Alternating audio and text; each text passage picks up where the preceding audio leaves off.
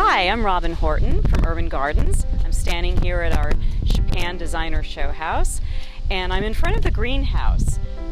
We're going to take you inside in a second. There are two things I really want to show you. I'm very excited about our vertical garden wall and our friends at Plants on Walls in San Francisco, who have graciously donated all the pieces for creating this wall. When we go inside, I'll show you how we're about to set this up. The other thing I'm very excited about is we are creating a moss mural on a wall in the other room about birds, and I'll take you inside and we'll show you what we're up to.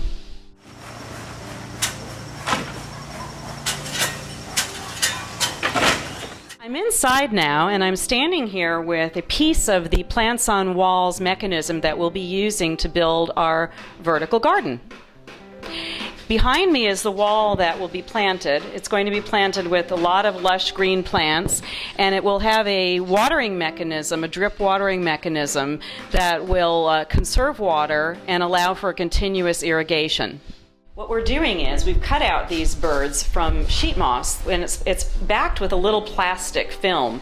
So it enables us to glue the birds to the wall. We have to clean the wall first. We have to get all the dust off or they won't stick. So right now what we're doing is temporarily we're taping them up to see where we want to position them.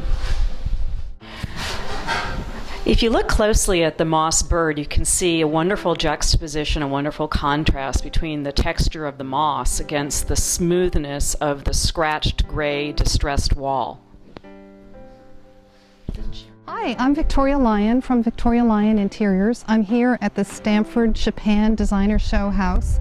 I'm working with Robin Horton of Urban Gardens, and we're also partnering with Eden Farms of Stamford to do this wonderful outdoor perennial bed and coax it back to life a little bit. It's been a little tired from several years of neglect, and we're going to make it blossom a little bit before the show house. In front of me are some absolutely exquisite ornamental kale plants. Now these are edibles, but they're also just so beautiful that they can be used in a garden as ornamentals. The beautiful green color of the leaves, they range from this pale sort of dusty green through green and purple down to the deep purples. They kind of look like giant roses, and they're going to mix in perfectly with the wonderful coloration of plant materials that Eden Farm has brought from their store in wonderful whites and pinks and greens and purples. This is a hydrangea limelight tree.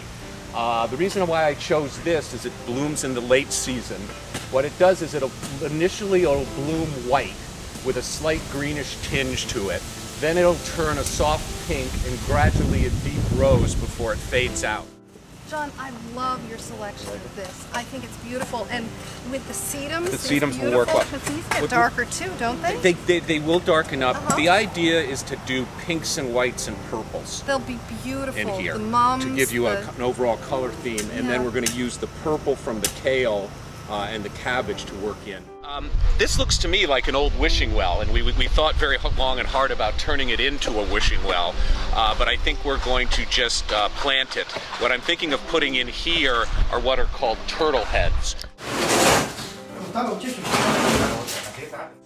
We're going to raise this up. There's going to be a statue here, and these are going to go around it. Okay, so just if you could do that.